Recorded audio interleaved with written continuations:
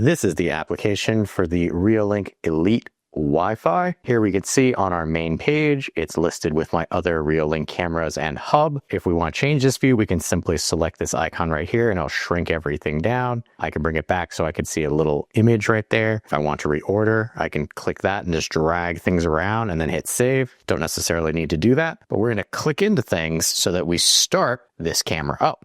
Here we can see this is actually a live feed from this camera. It shows the name in the upper left-hand corner here, as well as our bitrate. To the right of that, we have our siren. If I select this and tap, it will set the alarm off outside, but don't necessarily want to do that because I know my neighbor's out there. To the right of that, we have our torch or LED lights. So doing that, we'll turn them on. Can't really tell because it's not dark yet, but I appreciate the fact that Reolink gives you this little blue in front of the flashlight icon to let you know that those lights are on. To the right of the flashlight, we have our view. So right now we have single view. I can select this and have a multi-camera view if I wanted to. And we're just going to put that back to the single view because my other Reolink cameras are not on at the moment. We'll talk about the sprocket icon a little later. To the right of the sprocket icon, we have our 3 dots. This will allow us to change our day-night mode. We can do auto, which will switch between the two automatically based on ambient light. We can select black and white, forcing it to be in night mode all the time, or we can select color, which will allow it to be in color night mode. Coming back up here, we have immersive mode. If I select that, it pretty much gets rid of everything except for the camera view.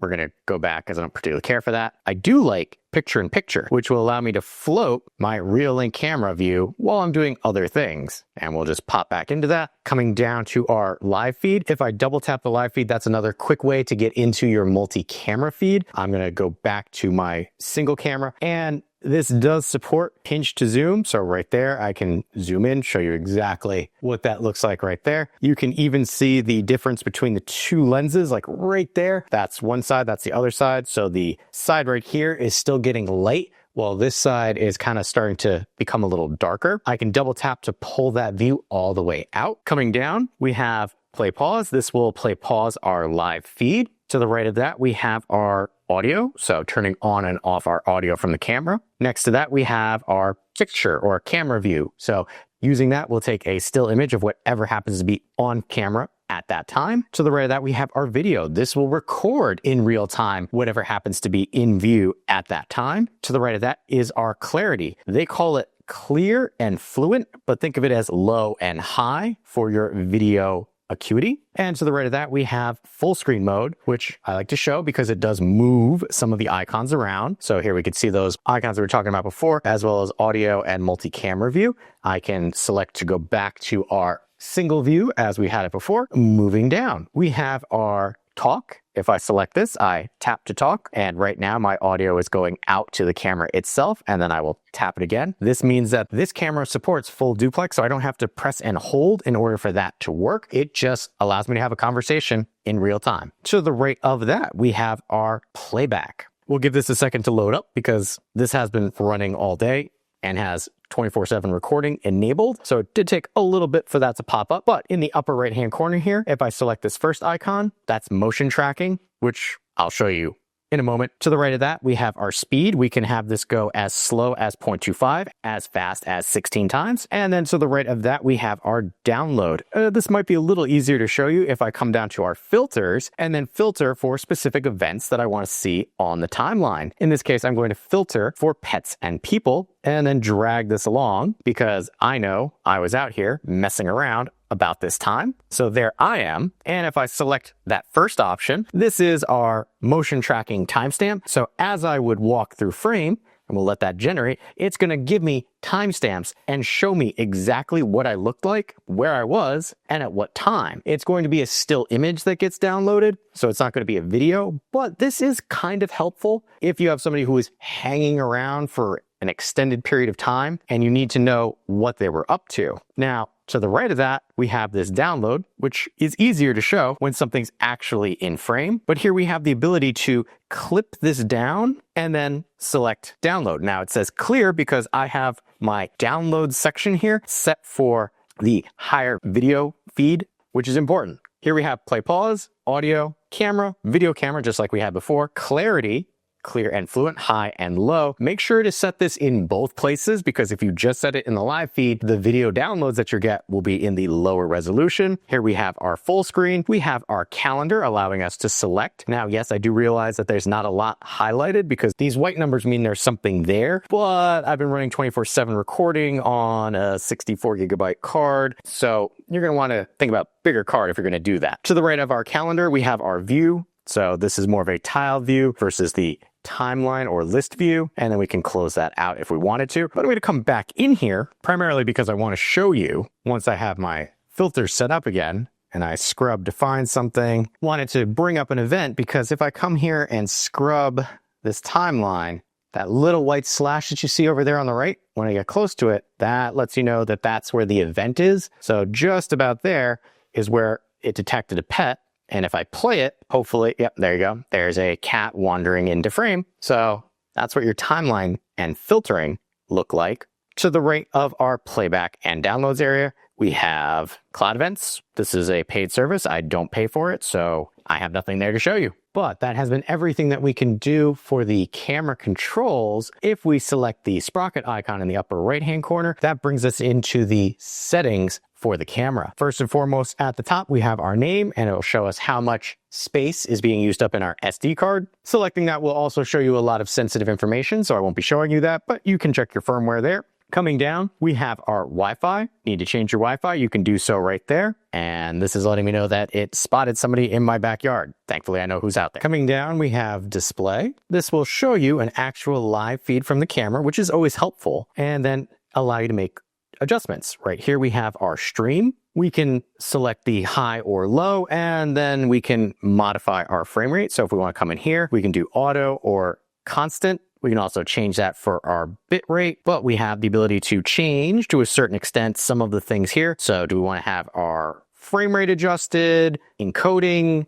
All that can be changed. As you can see, a lot of customization, which I really like about Reolink cameras. Under the stream, we have our anti-flicker. You can select your hertz rate. Generally, that's going to be for LED lights that you need to change that might have come from a different location than where you're actually living. Here we have our day-night mode. So this is another location that we can change it from auto, color, or black and white. And then we have our brightness. So if for whatever reason, your screen looks a little dark, like mine does right now, but that's because the lights are going down, you can increase your screen brightness. Or if you have the sun in your face, you can lower it to make it darker. So I keep it about 50, which is right in the middle there. Coming down, we have our camera name. You can change its location, top left, top center, top right, bottom, etc. And our date. Right now I have it hidden, but we can change its location, top left, top center, top right, bottom left, etc. And then we have our logo watermark, which is the Reolink watermark. So turn that on and off if you like. Here we have our privacy mask. If we turn this on, this will allow us to select an area to have a privacy mask. So hypothetically, this house over here, if I don't want to see it, I simply create a box. And what this box will do is in the live feed, in the recordings, it will block it out. You will not be able to see it. And since this is a stationary camera, you don't have to worry about that box moving around on you. So it's a good feature. Like right there, you can see there's the box. Coming down, we have advanced. This is the threshold by which it will switch color. So you can actually customize when it will switch over to black and white mode, which I really like. Not a lot of manufacturers do that. Here we have image stitching. This will allow you to adjust that line in the middle. So if things look a little wonky based on where you have this, you can kind of change the distance and the horizontal and vertical to try and make it look a little more seamless. I honestly haven't really had that much of a problem, but right there, if I wanted to try and correct the lines right there, I can shift them around. So there, now the lines are more even. The rest of the picture might be a little off. But if you mess around too much, just know you can always restore the default and it will go back to how it was. Moving on, we have brightness and shadow. Everything currently is on auto mode, but if you wanted to make some adjustments on your own, simply turn off color day mode right here, and it will allow you to adjust the brightness and adjust the shadows. And if you really, really mess this up, you can always restore defaults just by clicking here, or just swap it back to auto mode. Coming down, you have the same controls for black and white and for your colored night mode. Again, a lot of customization is given to you in their app. Coming back, that was all under our display. If we move on to sound, we have our toggle for actually recording audio in case you live in an area that does not allow you to do that. Just know this is off by default, so you will want to come in here and turn this on. You have your sound volume as well as a test, and then noise reduction on or off to help with the background noise you might get from this, which is actually really impressive. Next, we have our light. We have status LED light enabled, so you can select no, I don't want that, or you can select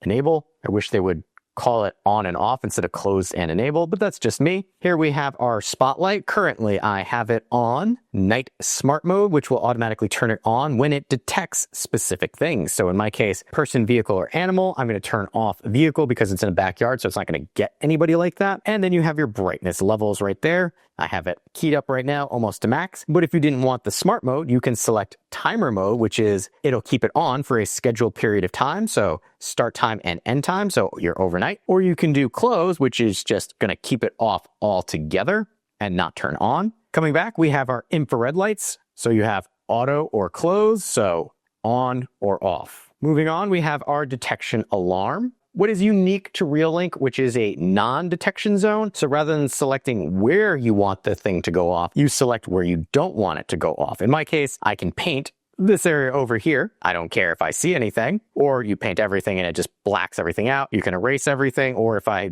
did this over here, I can erase specific segments that I want. But again, remember, this is for non-detection zone, so you don't want to be notified. It's a little odd. Here we have our motion mask. If we turn that on, it'll put a box around a target moving through frame to make it more easily identifiable for you. Here we have our sensitivity. Motion sensitivity is set for high, meaning if it detects any type of motion. And then we have our smart detections. We have levels. So I want to be really high with our person. Don't necessarily care about vehicles because they're not back there. And animals, I want really high as well. And then saved, you have the ability to adjust for specific types, which is great.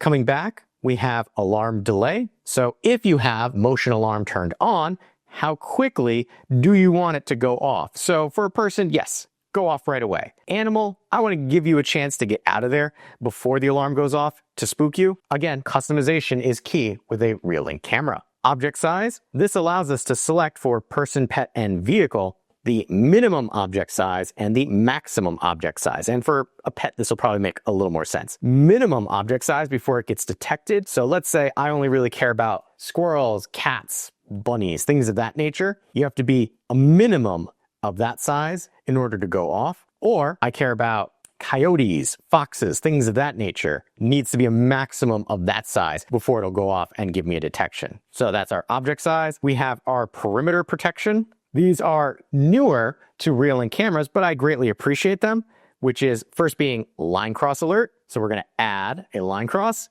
And then here we could see we have our purple line, which I'll place in the shadowy area. Save. And right now, the line cross happens both ways for person, vehicle, and animals. I can adjust the sensitivity, or if I come into edit, I can change the line. So now it's only things that come this way. Now it's only things that go this way. Or if I want it both ways, or I can reset everything and start again. And that is our line cross. Next, we have zone intrusion.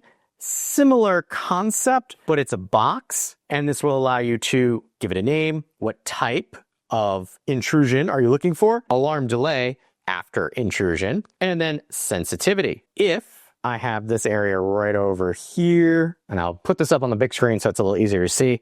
The box has plus signs allowing you to create handles that you can manipulate the size, shape of, etc. And what will happen is if I save this and somebody gets in there, a person, pet, or vehicle, they have 7 seconds before the alarm goes off, telling them to leave. So that's intrusion. And then we have zone loitering. Similar concept. You give it a name.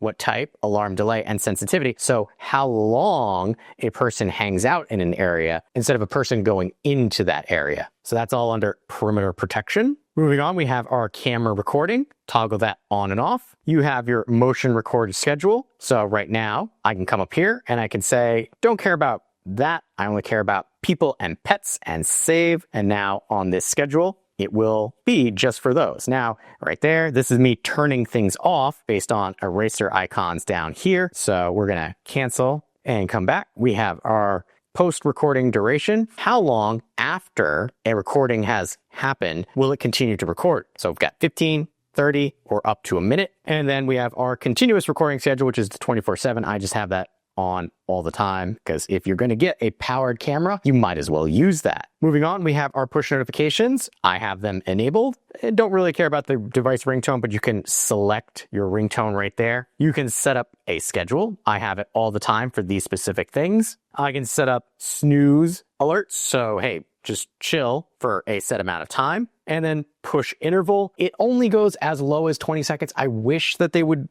lower that a little more. 120 seconds is okay, but I wish that I could get like 5 or 10 seconds. That's just me. The snooze alerts is rather helpful, especially if you're out there doing yard work and don't want to constantly be getting alerted. Email alerts. So if you don't want push notification to your phone and you have an email, you can select this and have it push notifications to your email. It's helpful if you sit in front of a computer all day. Here we have FTP. You can turn this on and off. You have your full configuration there. Here we have our siren. You can enable or disable. You've got your siren sound. You've got your default sound, or you can create a custom sound. Simply select start and hey, I see you, get off my lawn. Keep talking, so you can see just how long you can make this. There you go, 5 seconds. It's sending it to the camera, which will allow you to hear it by playing, and that will play the audio outside. And then you can hit apply if you wish to use that sound instead of the default sound. You have your schedule. So when would I like this to happen? For what? All motion, person, vehicle, and pet. I will leave that as is. And then you have your enable/disabled. Coming down, we have linked devices. Right now, I don't have any, but I can hit the plus sign up here and then create a linked device. But again, I have all my other Reolink cameras off at the moment. Coming down, we have share device. Selecting this will allow me to share this device. If I select the plus sign in the upper right-hand corner, you can either allow management, so like an admin, or view only. And then you can also stop when they are authorized to access the camera. Reolink is the only camera manufacturer that I've tested that has something like this, and you can create remarks and then generate an authorization code to share with that other person. Down here we have time lapse. Can select try now. They have predefined ones, so event and people, traffic, moving clouds, sunrise, sunset, construction, blooming, or custom. Custom will allow you to set your capture when you want to start it, what date and time, duration, interval, quality, and file type. Always recommended that you use video because if you don't and you do one of these, you'll have thousands of photos that you'll have to stitch together on your own. Underneath time lapse, we have file encryption. Right now I have that off, but if you turn this on, you have to put in your secondary password. But what will happen is if the device is stolen or the SD card is removed, people won't be able to get into it because it's encrypted. They would need to put it into a camera, Reolink camera, using the app and have access to your password. So if you really care about keeping your data safe, that's going to be a great feature for you. And then under that, we have advanced, which will allow us to turn on and off illegal lockout, which is if somebody tries to log into your camera with the incorrect password too many times, it will lock them out. You have change device password, and then you have setting your date and time. You can just let it sync to your phone, and then you can reboot and restore from here. Or if we come back to this page, we have log out of device and delete device. And that has been everything that we can do for the Reolink Elite Wi-Fi in the Reolink